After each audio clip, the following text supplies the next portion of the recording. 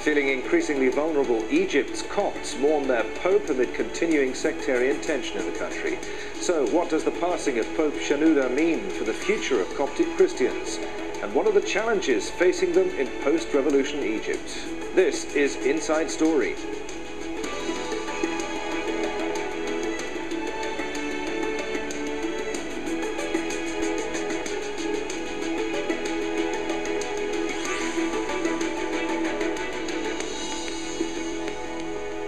Hello and welcome to the programme. I'm Adrian Finnegan.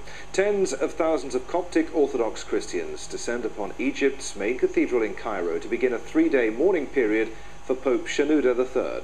The spiritual leader of the Middle East's largest Christian minority died at the age of 88 following a long illness. Pope Shenouda was the patriarch of most of Egypt's estimated 12 million Christians. His body is displayed for public viewing inside the Abbasiyah Cathedral in Cairo. A funeral will be held on Tuesday at the papal headquarters for Shenouda, who became Pope in 1971.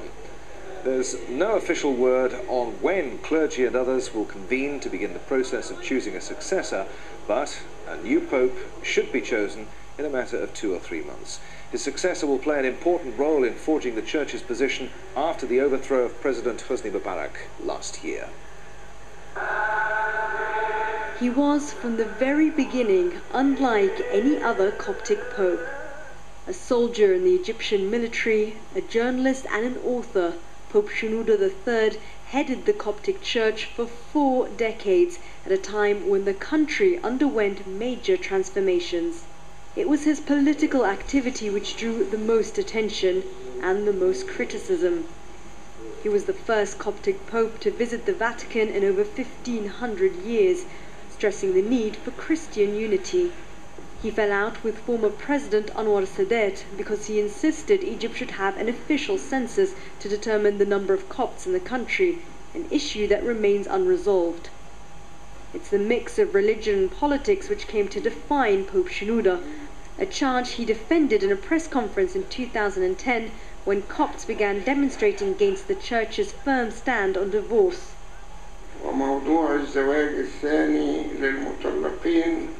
As far as the Church's commitment regarding any religious issue that goes against our beliefs, the Holy Bible and the rules of the Church, we find remarriage unacceptable.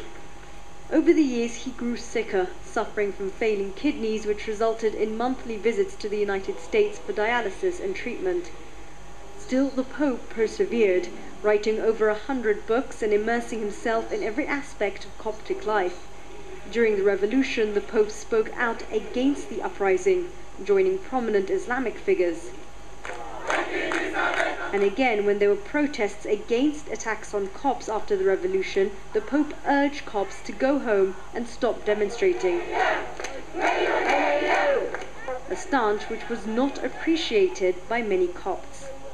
Despite the controversy surrounding many of his political choices and decisions, the Pope remained a widely respected figure in the community, his death leaving many worrying at a time when Egypt is going through major changes. Who can fill his shoes?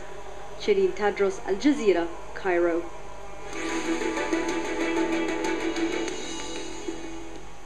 So what does the death of Pope Shenouda mean for Egypt's Coptic Christians? To help us answer this question, we're joined by our guests today, all of them in Cairo. Mona Makram Abid is International Secretary for the Social Democratic Party and a Professor of Political Science at the American University in Cairo. Bishop Angaelos, Bishop of the Coptic Orthodox Church of Alexandria. He was consecrated by Pope Shenouda III. And Omar Ashur, visiting scholar at the Brookings Doha Center and Director of Middle East Studies at Exeter University. Welcome to the program, all of you. Mona Makram Abid, the death of the Pope has come at a particularly unfortunate time for Coptic Christians, with political life in Egypt in such a state of flux, hasn't it? Absolutely. It's with great sadness that we have learned, the great sadness and a shock. Although we knew that he was sick, but we never, you never expected it to be so sudden. And so, in particular, in the present atmosphere, his loss will be even more felt. He was a great national figure. He was not only a religious figure, but a national figure, much broader than the frail body, than his frail body would suggest. And in a way, he was a safety valve, absorbing shocks, moving along, and giving some sort of comfort to a bereaved minority who many often was faced with attacks, with insults, with injustice.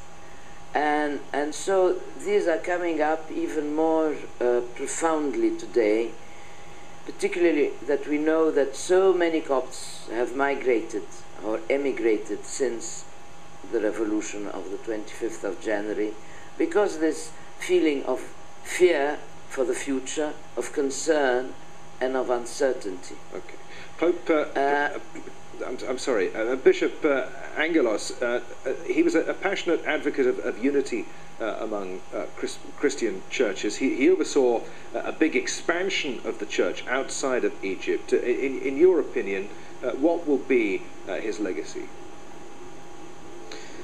I think he was such a multifaceted man that he leaves many, many varied legacies behind. I was quite surprised on a very human level, being in Cairo now. I just flew in this morning.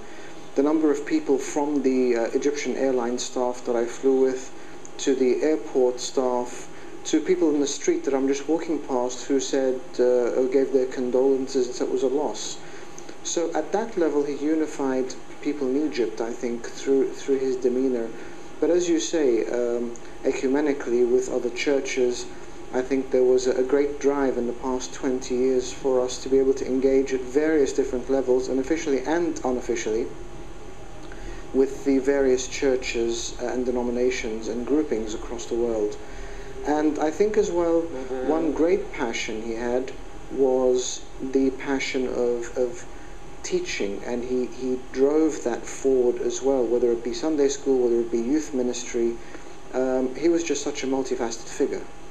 A multifaceted figure, Omar Ashur, but to what extent was he also a divisive figure within Egyptian society, someone who helped to maintain rather than break down sectarian division? Pope Shenouda, may rest in peace, was to a large degree, as the speakers mentioned, a national figure. At the same time, he went through very critical and thorny times. He was the Pope since 1971. This is coinciding with the so-called corrective revolution of President Sadat, all the way until the January 25th revolution of the Egyptian youth, passing through events that were quite polarizing on the Egyptian society. From the 1980s, the events of Al-Zawiya al-Hamra here, the clashes between Muslims and Copts, leading ultimately to his being exiled by President Sadat. Also the events in the aftermath of the assassination of Sadat and the rise of armed Islamist movements here, creating some of the clashes in Upper Egypt and the stances of the Coptic Church.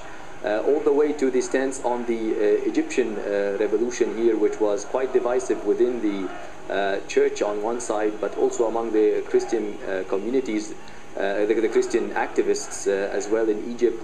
We saw the Coptic Church headed by Pope Shenouda more or less siding with the status quo, wanted to maintain the status quo as a way to guard its interests and what it perceived as the interests of the Coptic community. At the same time, you saw many of the younger of the bishops and of the younger activists who were saying that this status quo is unsustainable and it is better for the Coptic community as Egyptian citizens to move forward and to support the revolution. You also saw at a later stage, in the aftermath of the revolution, the will to coordinate more with the Supreme Council of the Armed Forces, from the leadership of the church versus more of the revolutionary stances and more push towards change of this status quo by the younger ranks whether within the church or outside it. And then you have the highlighting the question of what is the political role exactly of the Coptic Orthodox Church. This is an institution that has been there for more than 1900 years. It is very well organized, very well structured, and has vast resources. And what exactly its political role? Does it represent the Coptic community of Egypt, or are there other institutions that do represent it? All right, well, we'll talk about the church's political role in the future in the course of this program. First of all, Mrs. Makram Abid, you want to respond to that about whether the Pope was a divisive or unifying figure, or is that too simplistic a way of describing him? I think it is a bit too simplistic, but what I want to say is what I want to comment on the revolution of the 25th of January of last year, because I myself went to Midan Tahrir to encourage and support the young Coptic revolutionaries when the Pope had prevented them, let's say, from participating. I don't think that it was for any other reason than he was scared for them. And I said that I refuse his forbidding them to participate, that on the contrary, he should encourage them. And as a matter of fact, we had many martyrs among the young Copts, and I think the most fantastic scene that we have seen during the 18 days, where the cooperation, the unity, the solidarity between these young people of both religions, Muslim and Christians. So we think that Pope Shenouda, Maid's death, with the bereavement that we saw on the faces of so many Muslims today, who are really, really sorry to lose such a figure, because he was not only a religious figure, he was a national figure. Okay. And I think that his last meeting with the Supreme Guide might be, might be a forerunner of more tolerance on both sides. I know that Bishop Angaelos wants to respond to what you've just said, but first let me ask you, Mrs. Makram Abid, whether you think the next Pope should continue to use the Church as Coptic Christians' political representative, or should he step back from politics and allow the Coptic Christian community in Egypt to engage more on the political in the political landscape themselves? Absolutely. I think that today, just like the rulers of Egypt should realize that Egypt is no longer the Egypt before the 25th of January. It's a new Egypt. It's an Egypt where youth have their say, and the same thing goes for the church. The young Copts today do not want to be tied or to have their demands within the precincts of the church as they've always done before. Today they're asserting themselves. You could see it in the Maspero events. They demanded their rights. They demanded that justice should be made against those they considered criminals by burning their churches and by attacking them. So there is a new move among the youngsters, the younger community, who want to really be emancipated from the church, although being very loyal to them, but they do not want to take instructions anymore as they used to before. And in fact, today they're organizing themselves as organizations. In fact, I am involved in one of them, which is the Alliance, the National Alliance of Young Copts. Bishop Angaelos. So I think this is very healthy. It's a healthy sign. Let me bring in Bishop Angaelos here. Will Pope Shenouda's successor continue to lead the church in the same vein? Do you think with the same policies? Will there be more openness, transparency in the administration of the church, for example? Well, can I go back on a couple of points? First of all, we're speaking about His Holiness having prevented people from going to the demonstrations. His Holiness never prevented. His opinion at the time was people should not go. And it's all very good for us in hindsight to say it was such a courageous thing to do. And that's fine if one person goes out in their own capacity, responsible for themselves or even a few other people. But when you have someone who is looked upon as guiding millions of people, if things go wrong, they go very wrong. And I think we saw it at the time that he was more inclined to take the cautious route, because don't forget, at the time, the old regime was still in place. Everything looked like it was going to go ahead.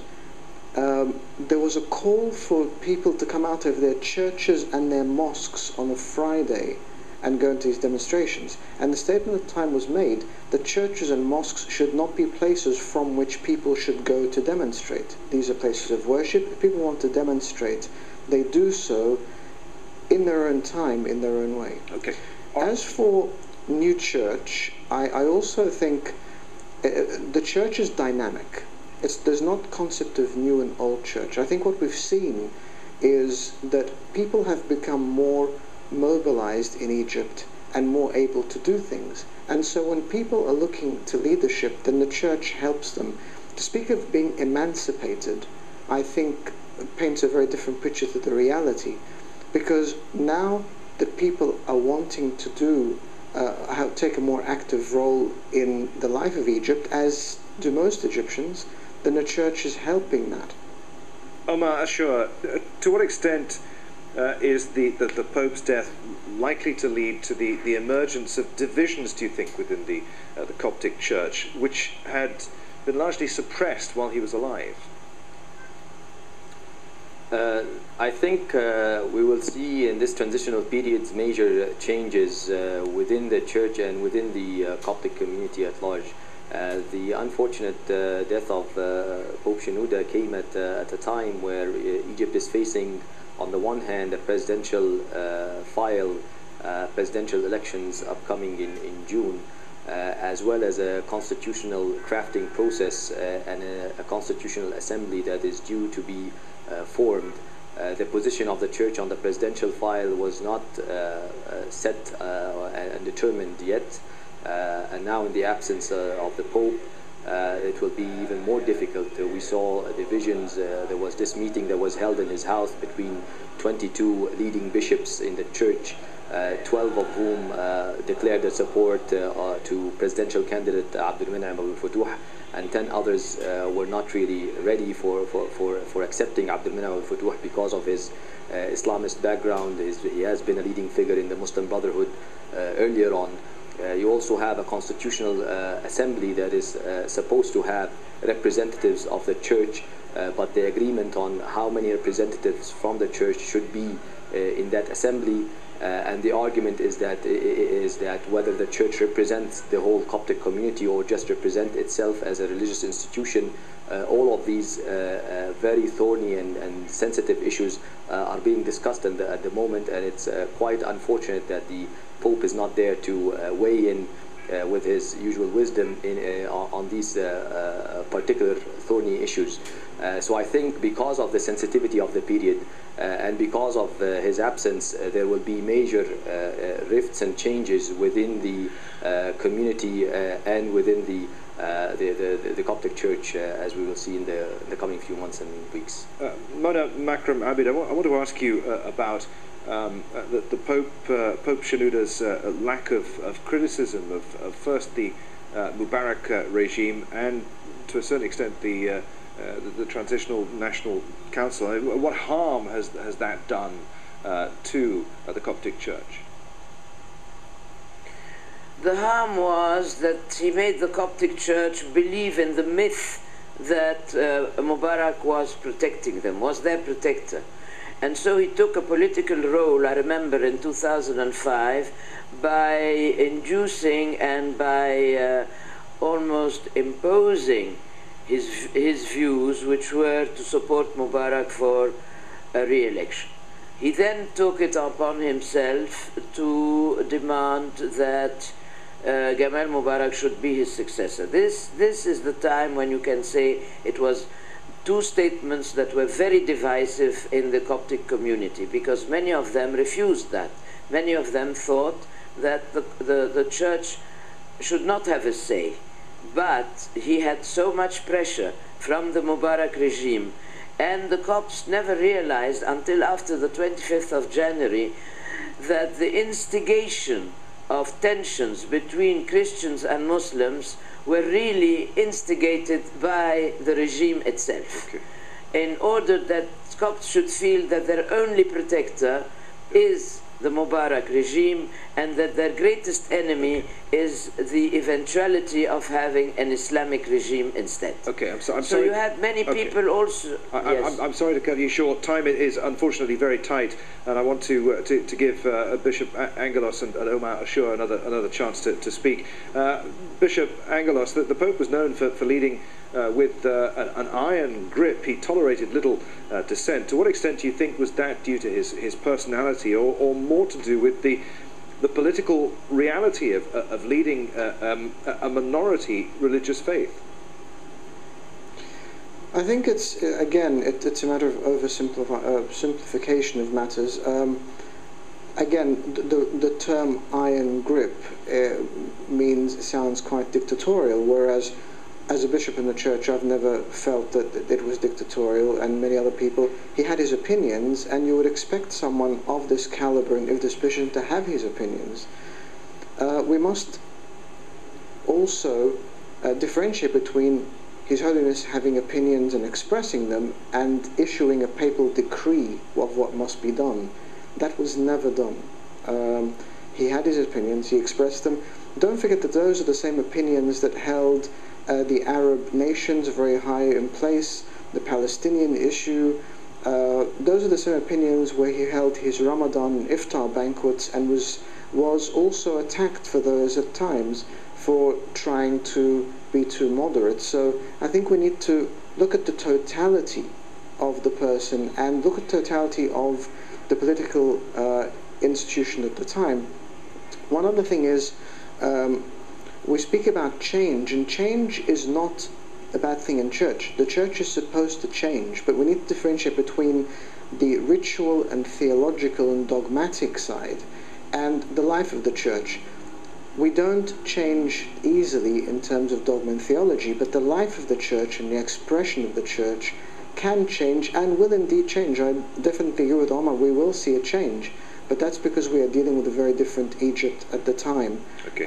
In this coming time. All right, we have about 2 minutes left. Omar Ashur, to what extent will the shifting political sands in Egypt affect the decisions of those now who are set to choose the next pope? Are Coptic Christians alarmed, you touched on this before, at the political ascendance of the Muslim Brotherhood? Will that affect who they choose to be the next pope?